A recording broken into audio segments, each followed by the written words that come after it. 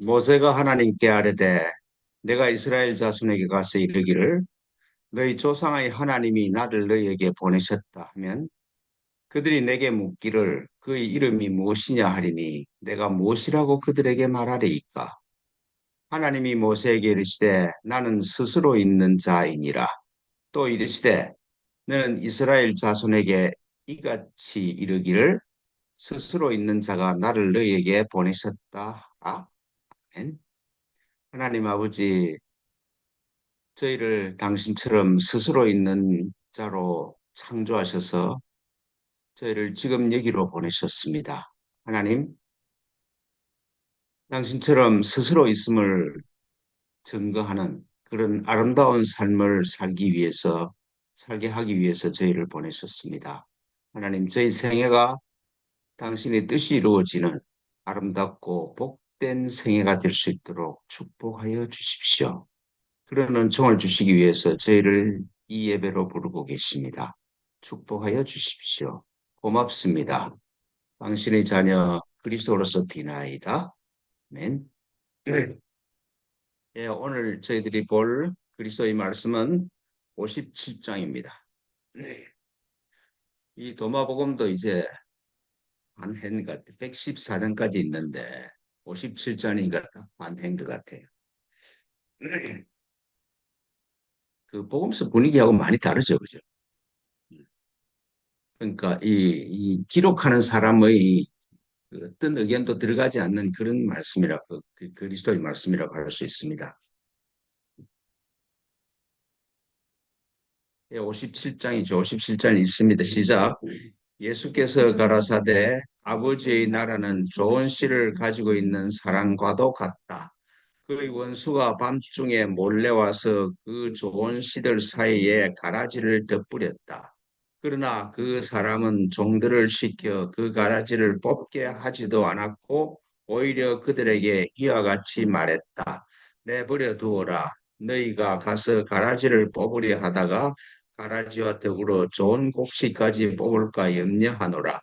왜냐하면 추수의 그날에는 가라지는 현저히 드러나게 마련이므로 뽑혀 불사르게 될 것이기 때문이다. 아멘. 예, 20 하나님 아버지 고맙습니다.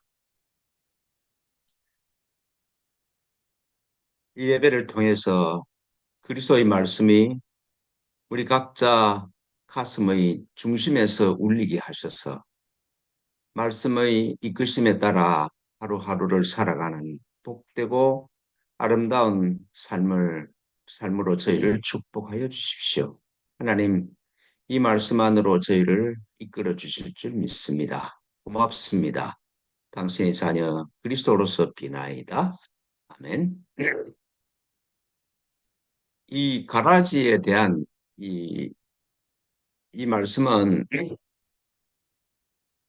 도마복음에도 이렇게 나와 있지만 마태복음 13장에 나와 있는 말씀이라고 할 수 있습니다. 13장의 본문과 비슷한 말씀이 24절 30절에 기록되어 있는데 뭐 오늘 이 본문의 말씀과는 거의 비슷한데 근데 이 가라지 비유를 제자들이 예수님한테 설명해 주십시오. 저희들 그 뜻을 잘 모르겠으니까 명확하게 그게 이 비유의 뜻이 무엇인지 설명해 주십시오 하는 그런 제자들의 요청에 예수님의 설명이 13장 36절에서 43절까지 기록이 되어 있습니다. 그러니까 세상의 끝에 일어날 종말적인 심각함과 그리고 시간의 긴박함이 이 예수님의 해석에 들어 있습니다. 마태복음에서는 한 자들이 악한 자의 아들이 가라지를 뿌렸는데 세상 끝에 불법을 행하는 자들을 이 가려내어서 풀무불에 던져 넣을 것이다. 그러면 거기서 울며 이를 갈 것이다 하는 그런 말씀이 첨가되어 있습니다. 그러니까 이 가시의 비유가 아니라 이제 악한 자에 대한 비유다. 그리고 그 악한 자는 종말의 시간에는 다 불에 태워지는 그런 일이 일어날 것이다. 그러니까 그 이 가라지 뿌리는 이 심각한 문제고 그리고 시간적으로 굉장히 긴박한 그런 사건이다라고 그렇게 해석을 하는 그런 게 이제 이 마태복음에 기록이 되어 있죠. 근데 이제 오늘 저희들이 본 이 도마복음에서는 마태복음에서 예수님이 해석했다고 하는 그런 종말론적인 심각함과 시간상으로 긴박하다는 그런 이 느낌이 별로 없습니다. 이 도마복음의 분위기로는. 가라지를 뿌린 원수들을 풀무불에 던져 넣고 그리고 그 풀무불에 던져 넣으니까 울면서 이를 갈리라 하는 것이 아니라 오늘 본문의 말씀은 그냥 가라지를 뽑아서 그 추수 때 가라지가 필요 없으니까 불에 나와서 태워버리면 된다. 그런 일상적인 뭐 평범한 이야기를 하시는 것 같은 그런 말씀이죠.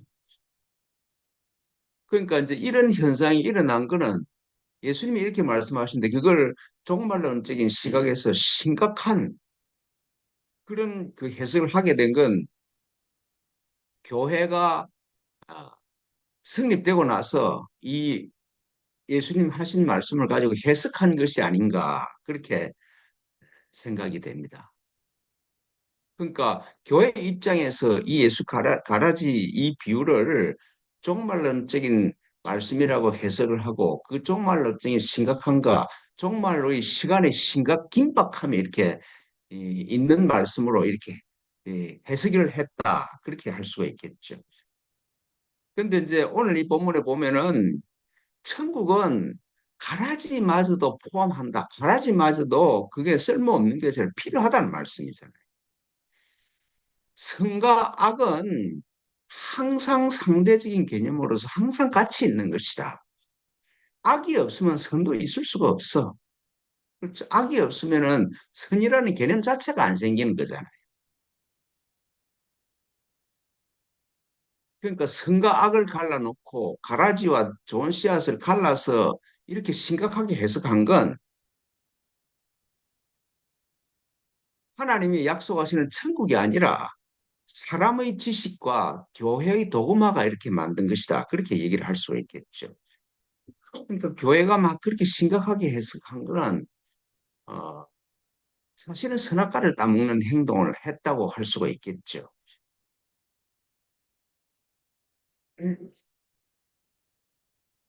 우리가 한평생을 살면서 가지 문제가 참 많이 일어나요.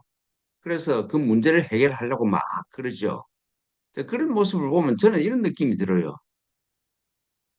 우리 인생에서 거의 대부분의 문제는 내가 탁 쳐다보고, 아, 이게 있어서는 안 된 일이구나. 내 인생이 가라지구나.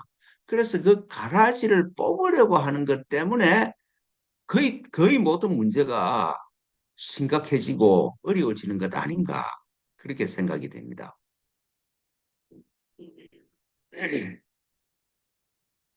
제가 이번 주에 텔레비를 보니까 이제 극한 직업이라는 프로가 있더라고요. 극한 직업이 있는 프로를 이렇게 보니까 채널을 돌리다가 극한 직업이라는 그 프로를 우연히 보게 됐는데 이제 대학 문어잡이 하는 데야.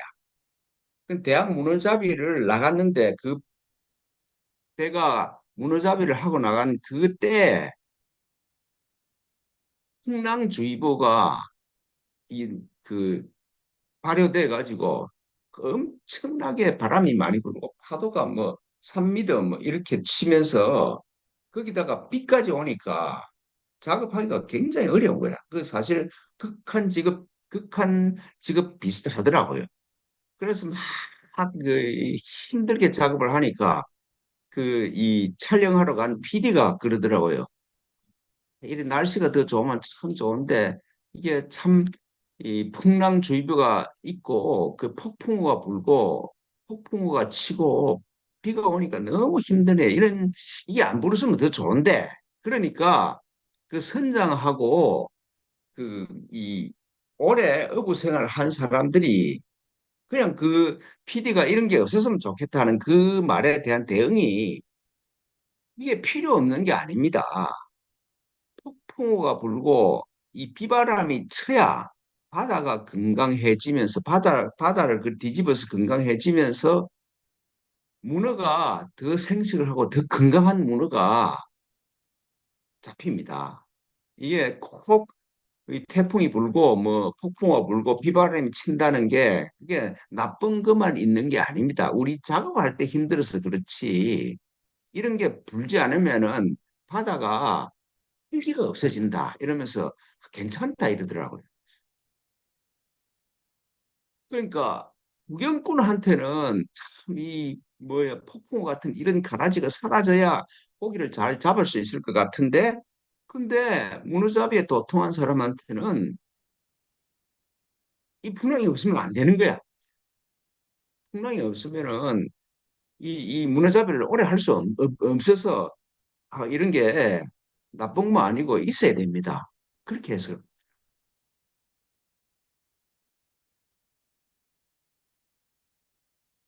또 제가 그 유튜브를 이렇게 막 보다가 어떤 프로를 한 번 봤는가 이러면은 달라이 라마 제자인데 그 달라이 라마 밑에 가서 좀 수련을 받았나 봐.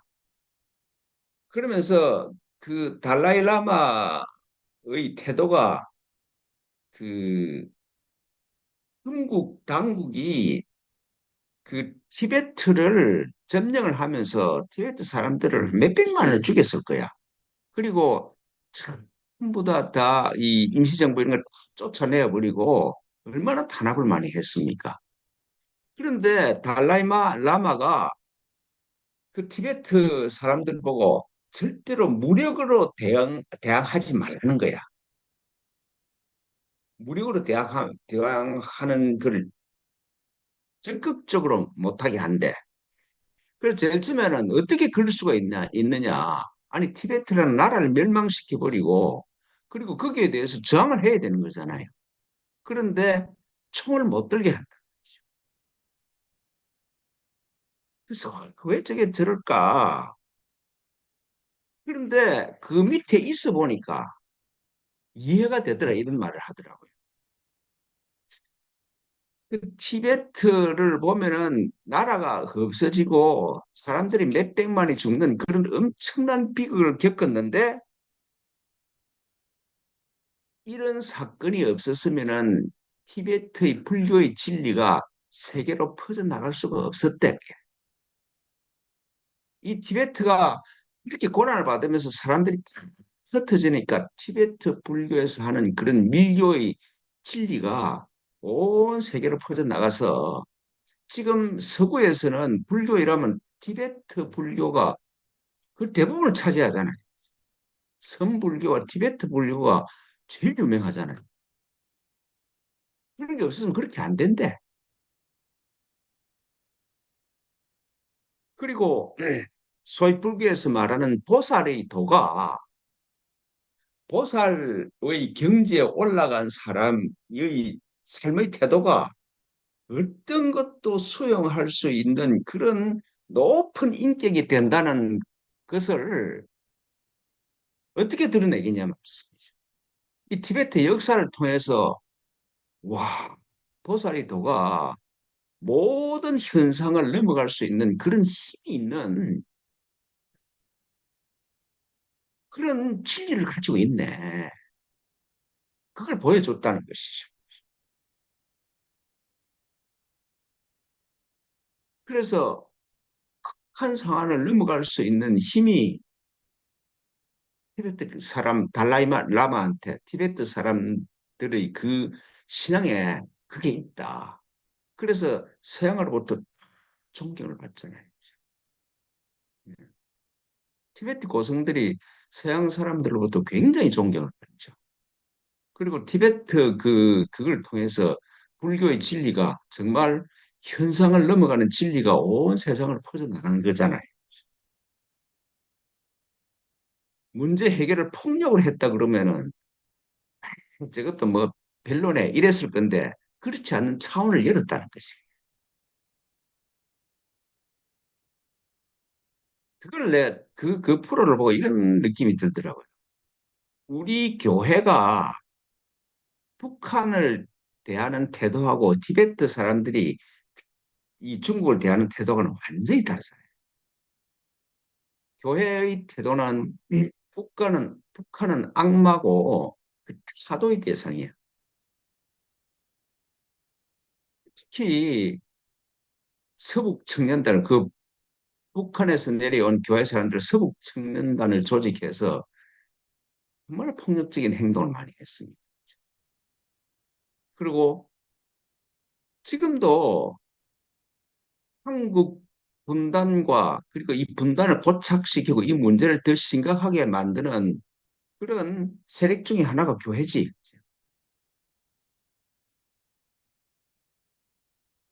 그러니까 비폭력 그리고 진리가 뭔지를 드러내는 그런 차원으로 교회는 가야 되는데 세상은 북한을 타도하다고 그래도 교회는 북한을 사랑의 대상으로 포용의 대상으로 봐야 이 민족의 더 비극이 더 이상 일어나지 않는데 그런 느낌이 들더라고요. 예. 오늘 제가 그 예를 많이 드는데 또 금강경에 이런 말씀이 있습니다. 그 석가모니가 전생에 했던 경험을 이야기하는 그런 구절이 있어. 석가모니가 전생에 어떤 경험을 했는가 이러면은 전륜 그 가리왕이라는 한 왕을 만나서 그 악한 왕한테 잡혀가지고 석가모니가 이 살을 하나 이게 회뜨듯이 해서 죽임을 당해. 그러니까 지 육신을 점이듯이 이렇게 점여갖고 그 이 살해를 죽습니다. 그런데 자기는 그때 죽임을 당할 때 미움이 안 일어났다 그래. 내가 중생이라는 생각이 없이 보살로 왔기 때문에 보살의 경지에 도달했기 때문에 자기의 살을 점이면서 죽이는 왕을 미워하거나 원망하는 마음이 없었다. 그래서 이번 생애에 성불할 수 있는 공덕이 거기 있다. 그렇게 해석을 해. 그러니까 자기 살을 점이면서 자기를 죽인 가리왕이라는 왕이 자기가 중생으로부터 부처로 성불하는데 1등 공신이었다는 것이.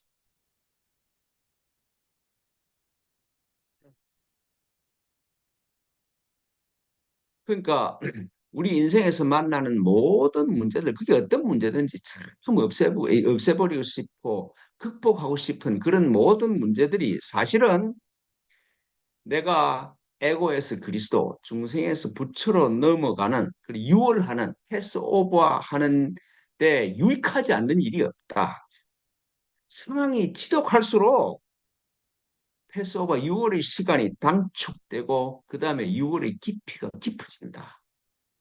그렇게 해석을 해요.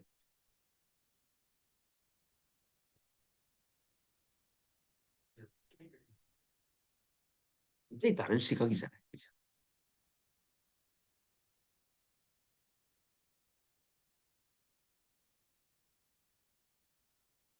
이 진리를 이런 진리를 로마서에서 바울은 그렇게 말씀하지 않습니까? 생각하건대 현재의 고난은 장차 우리에게 나타날 영광과 비교할 수가 없다. 장차 우리가 에고에서 그리스도로 내 정체성이 바뀌었을 때 그때 나타나는 영광과 지금의 고난은 그거는 비교 자체가 안 되는 것이다. 그걸 알면은 가라지 뽑을 이유가 없다는 말씀이죠. 나를 빨리 그리스도로 넘어가게 하는 그런 하늘의 은총이니까.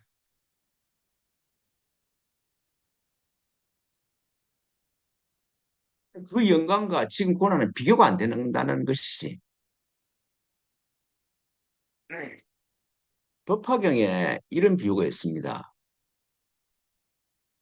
내가 중생에서 부처가 됐어. 그러면은 그 부처한테 얼마만한 공덕이 있느냐, 그 복과 지혜가 있느냐, 그걸 아성지 수만큼 있다 그래요.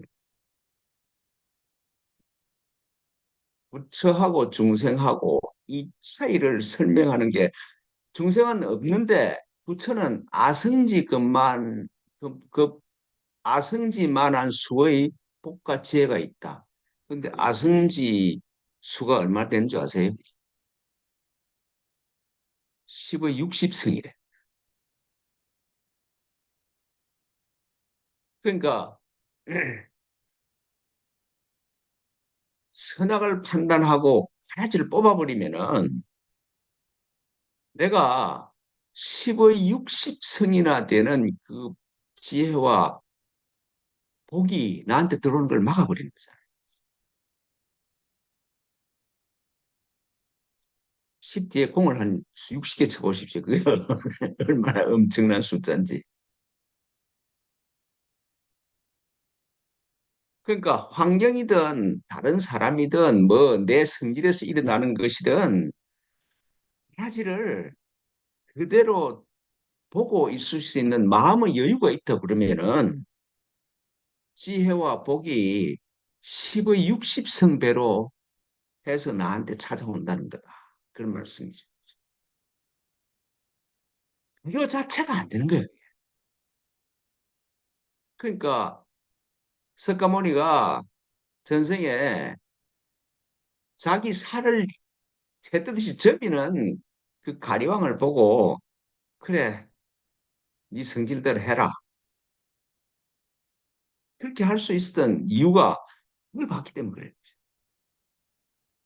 그 비교가 안 되는 그 차이를 봤기 때문에 알았기 때문에 그렇게 넘어갈 수 있었다는 말씀이죠. 그러니까 그걸 보면은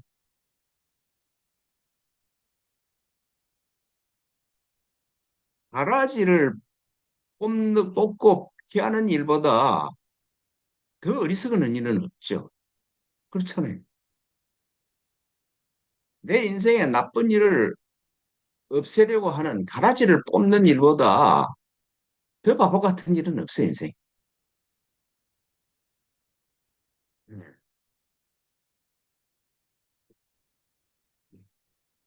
그러니까 제가 이렇게 나이가 들어보니까 그렇더라고요. 지금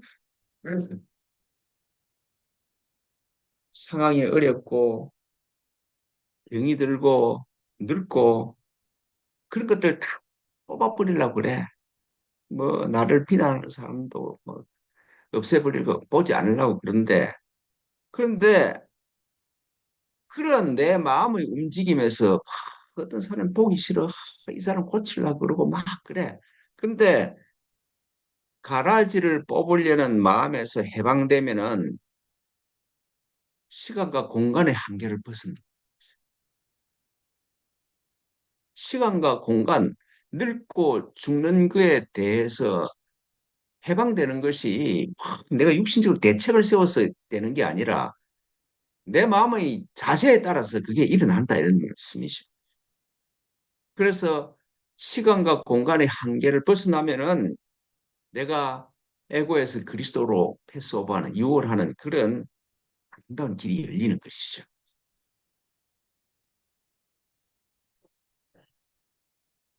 가라지를 절대로 뽑으면 안 돼. 현상을 내가 바꾸려서는 안 돼. 다 나한테 유익한 거야. 어떻게 뽑지 않을 수 있습니까? 어려운 것 같은데 어렵지. 굉장히 어렵지. 그런데 방법은 간단해요. 그죠? 제가 매주 강조하듯이 선악을 판단하는 현상에서 선악을 판단하는 주체인 나로 돌아서면 되는 거예요. 저 사람 밉다 그랬는데 미운 사람을 안 보려고 그러지 말고 누가 미워하는데? 미워하는 나는 누군데? 왜 저 사람이 일으키는 그런 행동에 내가 말려 들어가? 말려 들어갈 이유가 없지. 나를 찾으면 말려 들어갈 이유가 없지. 몸이 아파. 병이 막 들어서 몸이 아파. 좋아. 뭐 병원에 안 가라는 말은 아닌데. 근데 아픈 내가 누군데? 늙어가서 참 뭐 외롭고 그래. 그 늙어가는 내가 누군데 말씀이지. 참 나한테는 육신이 있는 나는 늙어가지만 내 마음에 있는 참 나는 거기는 시간이 없어. 음, 참 간단하잖아요. 그죠? 이것이 무엇이냐? 이 먹고야.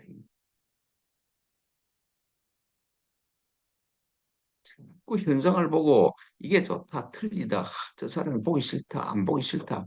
그렇게 하지 말고, 싫다, 나쁘다고 하는 나는 누구냐 말이야.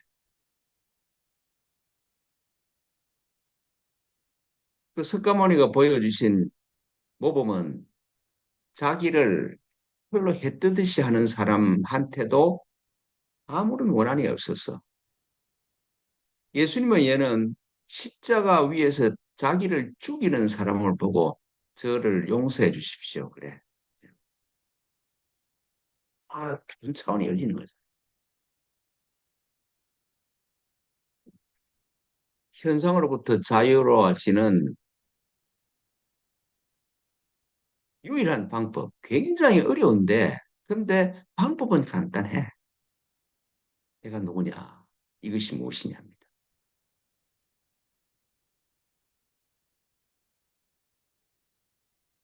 바라지를 뽑으려고 하는 그런 어리석음에서 해방이 되어야 돼.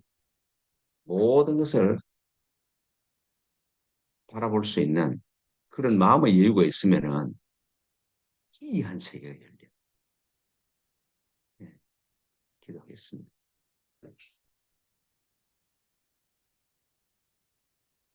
하나님 아버지,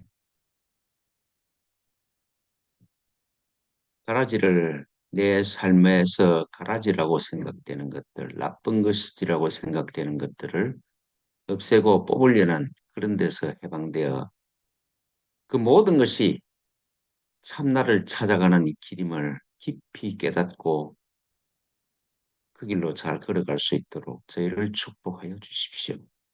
당신이 저희를 그리스도로 깨어나는 길로 아름답게 인도해 주실 줄 믿습니다. 고맙고 감사합니다. 당신의 자녀 그리스도로서 비나이다. 아멘.